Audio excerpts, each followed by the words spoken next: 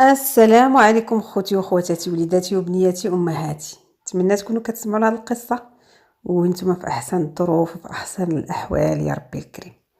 اليوم كيف ما العاده جيت نتقاسم معكم قصه جديده. قبل ما نبداها معاكم جمجموا لخيتكم لهلا يخطيكم، ومرحبا بالناس القدام والجداد بدار داركم، وما نطولش عليكم ويلا نبداو قصتنا على بركه الله. انا سميتي مليكه وغادي نبدا لكم قصتي مني كان العمر ديالي 35 عام. انا تزاديت وكبرت وتزوجت في العروبيه، وتزوجت مني كان العمر ديالي 15 عام، وكنت واخده واحد الراجل على قد الحال. صراحه هذاك الراجل كانت عشرته زوينه، كان كيحن فيا وكان حن فيه، ديما كيخاف فيا الله. واخا كنا مره رحنا كنا كنتغانوا مع بعضياتنا، ولكن ما عمرني عقلت على راسي هزيت صاكي ومشيت لدارنا. الصداع اللي كان كيكون في دارنا كيبقى في دارنا. وقت ما جات امي واخا نكون باكيه نوض ونكحل ونسوك باش ما تبان عليا حتى حاجه. وربي رزقني مع هذا السيد 8 ديال البنات. كل حباله كنقول يا ربي يرزقني بوليد، وكل مره كنقول هاد الكرش هادي غتكون ولد، وبقيت هكاك. كان ولد البنت كنقولوا ان شاء الله المره الجايه غادي نولد الولد. ايوا بقيت هكاك حتى اختكم دارت 8 ديال البنات. وسبحان الله كنت انا الوحيده اللي في العائله اللي ما عنديش زريعتي مخلطه. كلشي الناس اللي والدين البنات خواوهم بالولاد الا انا. 8 ديال الكروش. وكان كيضرني خاطري وكيضرني قلبي مني كنت كنولد وكيقول لي بنيه. كان العشق ديالي انني يكون عندي تا انا ولد، ويتا هو يكون العزوه ديالي، وحتى هو يكون في كتاف باه ويمشي مع باه للجامع. واخا راجلي كان حامد الله وشاكره، كنت كنشوفو راه ضار خاطرو ولكن عمرو ما بين ليا. ولكن انا اللي كانت شاعله فيا العافيه، وخصوصا ملي كيجيو الناس وكيقولك عاود تاني بنت، ديك عاود تاني بنت كانت كتشنشطني. المهم انا حلفت ما نوقف حتى نولد ولد. صافي مني ولدت ديك البنت الثامنه قلت ان شاء الله يا سيدي ربي الحماله التاسعه تكون وليد.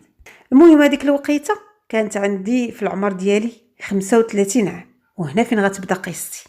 هذيك الوقيته كانت اكبر بنيه عندي في العمر ديالها 16 عام. ايوا اختكم كي قلت لكم نوات انها تحمل المره التاسعه. صافي وليت كل ليله كنوض قيام الليل كنصلي النافلات وكندعي لربي يفرحني بشي وليد. كان هذا هو الدعاء الوحيد اللي كاين في فمي، يا ربي يا سيدي ربي تفرحني بشي وليد وتحقق لي الحلم ديالي. ايوا حنا كيف ما عرفتوا في العربيه راه ما كناش كنمشيو عند الطبيب ونمشيو نديرو الايكوغرافي داكشي ما كناش كنعرفوه. كنا كندوزو الحماله ديالنا عاديه. النهار اللي كيكون شادنا فيه الوجع رحنا يا اما كنحطبو يا اما كنسقيو يا اما كنديرو شي حاجه في الشغالات. ومني كتجي لدارك راه كتعيطي غير على القابله ديال الدوار اللي كتجي تولدك. ما عندنا لا سبيطار ولا هم يحزنون، ما كتمشي للسبيطار حتى كتكون الولاده ديالك متعسره. ايوا اختكم دوزات ديك الحباله ديالها، وما نقولش لكم هاد المره كان جاتني صعيبه. تا وحده في بناتي ما دوزات عليا داكشي اللي دوزت. جاني الوجع ومشى راجلي كيجري باش يجيب القابله، والقابله 3 ايام وهي مقابلان باش ربي يطلق سراحي. والو ما بغاش تيسر ليا ديك الولاده. كان تهز ونتحط بالحريق وكان غوت ربي اللي خلقني، ولا ديك التربيه بغات تخرج. ايوا القابله شافت تعيات. وصلنا النهار الرابع وباقي ما تفكيتش، وهي تعيط على راجلي وتقول له ضروري تنزلها للسبيطار، راه مرتك الا بقات بحال هكا راه غتموت بين يدينا. ايوا راجلي غير سمع حس الموت خاف، مشى كيجري قلب على المركوب وشدينا طريق السبيطار. هذاك النهار انا باقا عاقله عليه، كان نهار السبت بالليل. ايوا اختكم مع الزهر واقف. مني مشيت للسبيطار غادي يصدموني، قالوا لي خصك تبقاي تسناي حتى نهار الاثنين عاد يقدروا يفتحوا لك، حيت ما غاديش تقدري تولدي عاديه، غادي تولدي بعمليه قيصريه. ايوا واش غنقول لكم، هذيك يومين اللي دوزت في السبيطار من اكفس الايام في حياتي.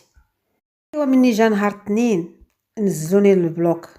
والطبيبه اللي غادي تولدني كانت واحد الطبيبه اللي يلاه تخرجت، ولداتني وتزاد عندي وليد، ولكن للاسف القدره الالهيه تزاد عندي وليد ميت حيت تعطل في كرشي، وقال لك راه داك الحبل السري كان داير ليه على عنقه وتخنق. هادشي على ما قالوا. مني قالوها ليا بكيت، فرحتي حتى فرحت بالعزري وما كملاتش الفرحه ديالي، ضرني خاطري، ولكن مكتاب الله كيتصرف. الطبيبه كانت قالت لي غادي نجلس واحد 3 ايام عاد نخرج لداري. ايوا الوالده مسكينه كانت مشات معايا، كانت كتجي كتطلع عليا وكتمشي كتبات عند واحد العائله اللي كانت ساكنه في ديك المدينه ديال السبيطار. ايوا واش غادي نقول لكم، اختكم الحريق ديال الولاده ما بغاش يحيد مني، بحال انا مازال غنتوجع غادي نولد. المهم وقت ما كنت كنعيط عليهم وكنتشكى عليهم كيدقوا لي واحد البرا باش الحريق يفوتني، وكان ممنوع عليا الماكله. كانوا كيقولوا لي خصك تشربي غير شي حاجه هكا بحال الحسوه بحال الصويبه شي مريقه هكا، وداكشي اللي كانت كتجيب لي الوالده ديالي.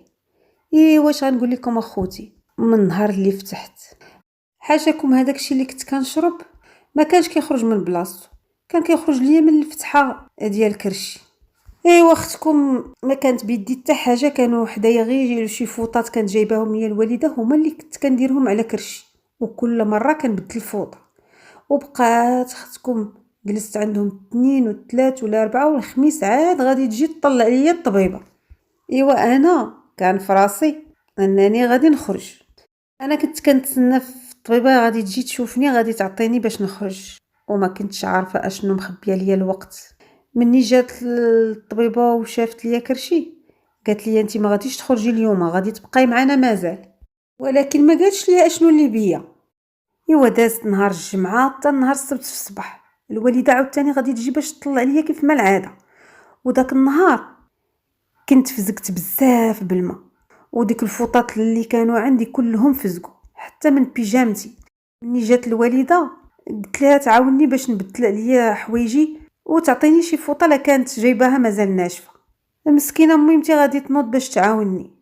الوالده غير اللي غتحيد ليا ديك الفوطه على كرش، وهي تغوت واحد الغوته اللي حتى السبيطار تزعزع. امي مسكينه كتلقى مصارني خارجين ليا من كرشي. مسكينه تخلعات، وهي مسكينه عمرها كبيره، خرجت للكولوار وبقات كتغوت بالعداو. جاو الفرمليات كيجريو وشافوا ديك المصيبه، وهما يمشيو يعيطوا على الطبيب ديال المناوبه. كي شافني وهو يقول لهم منيش تنزلوها للبلوك. فعلا دخلوني. مني دخلوني ما بقيتش عرفتهم اشنو داروا فيا، ما فقت على يومين. مني فقت وكنسول مالي اشنو اللي طرا ليا اشنو اللي وقع، حتى واحد ما كيجاوب. انا كنت واحد السيده اللي ما قارياش وما فاهماش، وراجلي كذلك، وامي حتى هي. انا ما كنتش كنقدر نزعم نهضر حتى مع الناس. راكم عارفين عيالات البلاد كي كيكونوا اغلبيتهم كيكونوا حشوميات. المهم الناس كيجزروا فيا وانا ما فاهمه والو. حتى لذاك النهار واحد السيده كانت ساكنه في الخارج غادي تسيق ليا الخبار من عائلتنا وغادي تجي باش تطلع ليا. مسكينه مني سمعاتني مريضه، مني جات السيده وشافت الحاله ديالي تخلعات. حيت ما نكذبش عليكم راه غير ديك الوقيته اللي جلست فيها راني تسليت وحالتي ماشي تلهيه. مني سولاتني بقيت جالسه كنعاود ليها وكنبكي. السيده هي كانت قاريه الفرنسيه وكتهضر بها مزيان، ومشات طلبات باش تقابل الطبيب وتفهم منه الحاله ديالي. السيده مني بدا كيشرح لها الطبيب شدات من راسها، قال لها ودي راه الطبيبه الاولى اللي دارت لها العمليه راه قاست لها النبوله وقاست لها شي حاجه في المصارن حتى الكلوه ديالها، ورحنا الحمد لله درنا اللازم ونقينا ليها المصارن ديالها اللي كلا والدق، حيت لقينا واحد الطرف بدا كيخمج، ورحنا حيدنا داك الطرف ديال المصران اللي ماشي تلهيه وخيطنا، وان شاء الله غتكون الامور كلشي بخير وعلى خير. وراه دابا درنا ليها الصوندا حيت النبوله ديالها ما بقاتش كتستحمل. ديك السيده قالت لها واش هادي ما كتخافش الله؟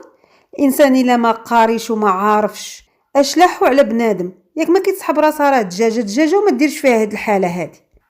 بنادم كرشو مقطعه كلها لداخل، وبقى في هذاك الشيء حتى خمج. راه ماشي معقول هذا الشيء، هذه راه خصها المتابعه باش ما تبقاش جالسه كتجزر في عباد الله.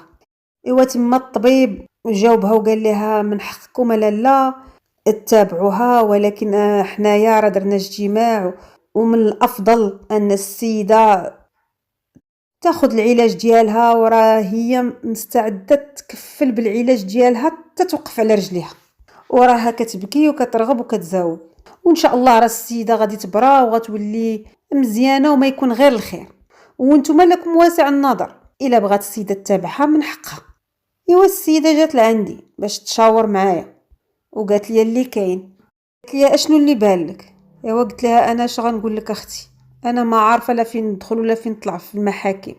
صافي من الاحسن خليها غير تداويني.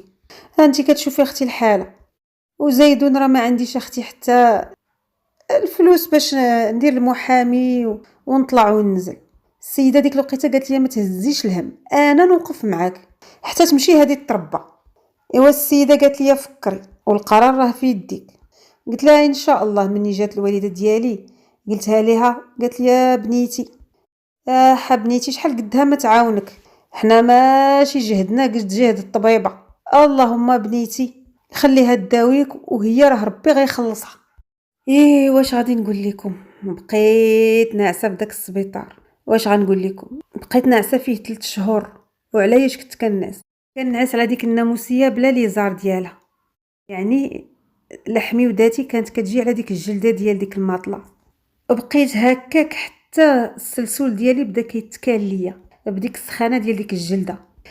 مني كملت 3 شهور السيده ديال ديك الطبيبه صافي رقدات القضيه وخصها تهنى مني. بدات فيما كتجي كتقول لي راه دابا وليتي لاباس، الحاله ديالك استقرات، خصك تخرجي. راه الحمد لله راه الحاله ديالك تحسنات، وان شاء الله لا خصك شي حاجه مازال من هنا لقدام رجعي لعندي. صافي خرجت اخوتي واخواتاتي لداري، ومني خرجت ما قدرتش نتمشى، كانوا جابوا لي كرسي باش خرجوني. انا كيتسحب ليا داك الكرسي غير مؤقت، مني غنوصل لداري وغناكل وغنشرب مزيان غادي نرجع نتمشى على رجليا. ولكن هيهات، هذاك اللحم اللي تكال ليا في ظهري غادي يقيس ليا حتى السلسول، وما بقيتش كنقدر نتمشى. وبقات اختكم هازه دقتها في مصارنها وفي نبولتها وفي ظهرها. واختكم رجعت عاوتاني للجبل، وواخا رجعت للجبل حسيت بالراحه. راه اللهم دارك ولا داك السبيطار اللي كنت كنموت فيه كل نهار عرق بعرق. ما علينا، الحمد لله بعدا دارك ووسط وليداتك. بقيت متبعه التريتمون اللي كان خرج ليا الطبيب، وبقاو بنياتي وراجلي دايرين بيا. دارنا ديك الساعه قبل ما نولد كانوا دايرين فراسهم غادي هاجروا للمدينه.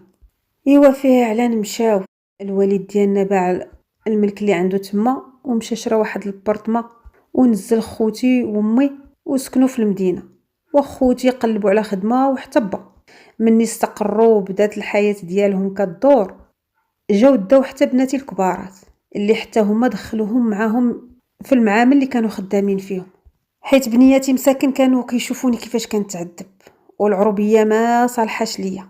مني مساكن دخلوا شي تاع الفلوس، كراو واحد الدوير على قد الحال وجابوني انا وباهم وخوتهم. بقينا على هاد الحال، بناتي الكبارات خدامات والصغار كنت كنقول لهم كولوا الكتوبه وقراوا وليداتي، راه قرايتكم هي اللي غتنفعكم، راه القرايه وليداتي كتوعيكم. شوفوا انا اللي ما قريتش اللي وقع ليا، هادشي كلشي وقع ليا في ذاتي وما كنتش عارفه اش كيديروا فيا.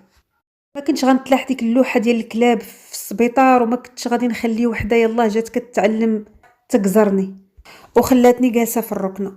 صافي بقيت ديما كنشجعهم والحمد لله بدات حياتنا غدا مزيان. اش غنقول لكم، كانوا كيبقاو فيا بنياتي، كانوا كيخدموا نص الخصه ديالهم كلها كتمشي في الكرا. بقيت كنحذر في الراجل وكل مره كنزنزن عليه علاش حتى هو ما يبيعش حقه ويجي ناخدو شي دويره هنايا غير على قد الحال، واخا تكون طالعه غير بالياجور. المهم هذاك الكرا نستافدوا منه حنايا، علاش كنعطيوه للبراني. وكي قلت لكم راجلي كان حنين وفعلا تبعني فري ومشى باع الدار وتسلفت من عند دارنا ومن عند خوتي وحتى من عند العائله اللي كنعرف. ايوا ربي يرزقنا بواحد السفليه، خديناها دايره غير بالمرطوب، وداك فلوس الكرا بدينا شويه بشويه كنصلحوا به. المهم اللهم تصلح دارك ولا تعطيهم للبراني. ايوا الحمد لله، حتى قلت اللهم لك الحمد. انا بديت وليت شويه وحتى صحتي بديت كنرجعها، حتى بدات ديك الكلوه ديالي اللي قلت لكم تقاصت وكانوا داواوها ليا بدات كتعطيني في الحريق عاوتاني. اش غنقول لكم، داك الحريق اللي شدني بيها لا يوريه لشي وحده. ايوا بنياتي الله يرضي عليهم هزوني وداوني ليرجونس، كيدخلوني ديك الساعه بنياتي راه قادين، راه حكاتهم الوقت وكيعرفوا هضروا ووقفوا هاد المره على امهم. مني شافني الطبيب قال لهم راه ضروري ما خصها تحيد هذيك الكلوه، راه الكلوه ضرات بزاف وما غاديش تقدر تعيش بها، اللهم تحيدها. دارت اختكم العمليه وحيدتها وبقيت عايشه بكلوه واحده. ايوا والحمد لله، مني دخلت للسبيطار بناتي طلبوا من الطبيب يفليني كلي ويشوف كاع داكشي اللي كنت فتحت عليه شحال هادي واللي كنت تضررت منه، يعاودوا ليا الكونترول. والحمد لله لقاو مسرناتي مزيان وربي كبير. حتى من ديك النبوله اللي كنت عايشه غير بالصونده، وكانوا قالوا لي خصك ليها عمليه وراكم عرفتوا كيبقاو ينفخوا لك في الحاجه، وانا كنت خلعت نكذب عليكم. هذيك الوقيته قلت لهم خليوني غير بحال هكا. الحمد لله مني كونترولاوني لقاو داك الشيء، سبحانك يا ربي العظيم، القدره الالهيه تلحمات هذيك التقيبه اللي كانت عندي، تكوات وتسدات سبحان الله. ايوا الحمد لله فرحت مني بعدا صحتي ولات شويه، وهنا كل مره كنقزها. ايوا والحمد لله الدنيا عاوتاني بدات كتزها لينا. بنتي اللي كانت الرابعه في البنات خدات الاجازه ديالها، والحمد لله توظفت في واحد الشركه، والحمد لله مني خدمات حتى هي تزادت تحسنات الوضعيه ديالنا، حيت تبارك الله كان الصالير ديالها طالع. ايوا مسكينه كانت كتشوفني وكتبقى فيها الحاله ديالي، وكانت ديما كتقولها ليا، كتقول لي امي انت نهار اللي نخدم والله حتى نرجع لك حقك. كيفاش هاد الناس هادو بعينيهم مغمضين يجيو ويرزيونا فيك؟ واش لهاد الدرجه الحياه ديال الانسان رخيصه عندهم؟ السيده ما قابلتكش حتى في السبيطار مزيان، ما عطاتكش حتى حقك 3 شهور، ما قدرتش تهزك وما عرفتش المصيبه اللي دارت فيك. هذه خصها تربى ضروري ما نحاسبوها. وقلت لها بنيتي عندي الشيطان، واش هاد الهضره كتقولي فيها؟ راه دابا شحال من عام باش داز هاد الشيء. قالت لي انا غادي نمشي نسول ولا عندي الحق نتابعها غنتابعها. ايوا قلت لها انا بنيتي واش غديري؟ قالت لي داك الشغل ماشي شغلك، انا عارفه اش غندير. الدريه مشات عند واحد المحاميه. ايوا بنتي مشات عاودات لديك المحاميه القصه كامله. مني سمعتها قالت لها واش باقين عندكم دوك الوراقي باش الام ديالك فتحات وقع لها هذا الشيء؟ قالت لها غادي نمشي نسول، راه ضروري مي غتكون محتفظه بهم. ومني جات عندي ما نكذبش عليكم بنياتي، انا مع الرحيل وداك الشيء ما كنتش معمره به راسي، وراه داز داك الشيء قديم الوراقي، شي تلاح شي توضر، انا ما عمرني قلت راه غادي نحتاجهم شي وقت وغادي يكونوا مهمين. ايوا مني قلت لها ما كاينش، تواصلت مع المحاميه قالت لها وسيري لديك السبيطار وشوفي بدوا لك الملف ديالها. ايوا مني بنتي مشات تسول، امسحوا السما بليقه وقالوا ليها هاد المريضه عمرها ما دخلت عندنا. قالت لهم ما يمكنش، راه دخلت في النهار الفلاني وفي الساعه الفلانيه. قالوا ليها ما كاينش هاد الشيء، وهي تقول لهم واش قلبتوا حتى في الارشيف؟ ايوا الناس كي غتقول لهم داك الارشيف بحال جبدات النحل على راسها. وبنتي عام ونص وهي طالعه نازله ما خلات فين جرات، وهما كيلوحوك من بلاصه لبلاصه وكل واحد كيعطيك تفسير في شكل ومبرر في شكل. المهم دازت عام ونص وما ديناش باش نقيو سناننا، يعني داك الدوسي ديالي ما كاينش، وانا زعما عمرني دخلت تما. مشات على عيني ضبابه. ايوا انا قلت لها بنيتي نتيا هضمتي حقي في الدنيا، وانا بغيت ربي الله يهضم حقك في الاخره. رزيتينا بنيتي في صحتي وفي وليداتي، الله ياخذ فيك الحق. دخلت غير نولد تشديت الركنه، ما حركوني ما نتحرك. واصعب احساس هو الانسان يكون جالس وما قادرش يتحرك، الا ما نوضك ما تنوض، الا ما قلبك ما تقلب. راه هذا الاحساس غادي يحسوا به غير الناس اللي دوزوا هاد التجربه هذه، والهلا يكتبها على شي حد. ايوا شفت عييت وقلت لبنتي ما يبقاش فيك الحاله بنيتي، حقنا عند الله.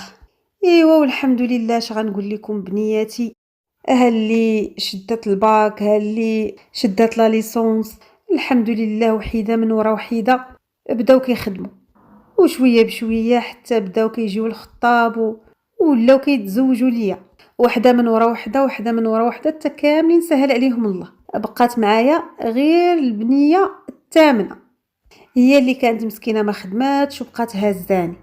والله يرضى عليهم، بقاو كاملين دايرين عليا النوبه، اللي كتجي كتصبر، اللي كتجي كتخمال، اللي كتجيك باش تدوش ليا. المهم كانوا مفرقين الخدمه بيناتهم، الحمد لله، ورزقهم ربي حتى بوليدات الناس.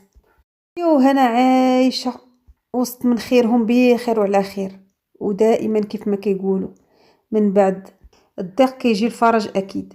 تمرمت وتكرفست على ود الدري، ولكن الحمد لله هو عوضني ربي ببنياتي اللي ما شاء الله نبغيهم لأي وحده، خرجوا كاملين مرضيات ومهديات، احسن من 1000 ولد. كل وحده مسكينه فاش كتجي محمله ومجمله، وكلهم سبحان الله العظيم كيقولوا لي ماما راه هذه خديناها وتشهيناها لك حتى نتيا، اللي خيطات جلابه دير لي حتى انا، واللي شرات صاك تشري لي حتى انا، واخا انا ما غاديش نهزو. كيقولوا لي امي غير شوفي بعويناتك. اللهم لك الحمد بيهم، راهم هما الحمامات ديال الدار. ويا ربي سهل على هاد البنيته اللي باقا معايا حتى هي يفرحها بشي ولد الناس. ايوا ما نكذبش عليكم اخوتي واخواتاتي، عندي واحد الفكره اللي كتبقى ديما كتجيني لراسي. كنت كنقول واش زعما حيت زعما ناس الباديه وعلى قد الحال داروا لي ديك التكرفيصه، واش غيديروا هادشي اللي داروا ليا لشي وحده غتدخل عندهم لاباس عليها ولا موظفه ولا عارفه فين غتدخل وفين غتخرج، ولا غير هذا مكتوب قسموا عليا الله كان يقدر يوقع ليا ويوقع لاي وحده. الله يهديكم، اللي ما قادش على شي مهنه ما يوصلش ليها. حشومه عليكم تخرجوا على صحه الانسان، وفي الاخر ما يعترفوش لك حتى به، وكيتحسب خطا طبي. راه الله سبحانه وتعالى ما خلق الانسان حتى كرمه، ماشي تجي انت تتعدى عليه وتكرفص فيه باش انت تتعلم. والله ياخذ الحق في اي ظالم كيتعدى على حق الاخر. نتمنى ان قيستي تاخذوا منها عبره. النقطه الاولى هي ان ربي رزقني بواحد النعمه كبيره وانا ما حمدتش عليها الله، وبقيت تابعه الولد، ونهار حملت بالولد كتاب المكتوب وصدقت ضيعه في حياتي. والنقطه الثانيه هي لا يقاسكم شي حد في صحتكم، ما تسمحوش، واحتفظوا باي ورقه كتبين لكم حقكم، خبيوها، راه ما كتعرفوا امتى تحتاجوها. والله ينجيكم من آفات الدنيا. حتى لهنا خوتي واخواتاتي سالات قصتنا. الى عجباتكم ما تنسوناش جمجموا ولا تخمموا. كانت معكم خويتكم إلهام، والى اللقاء في قصة قادمة ان شاء الله.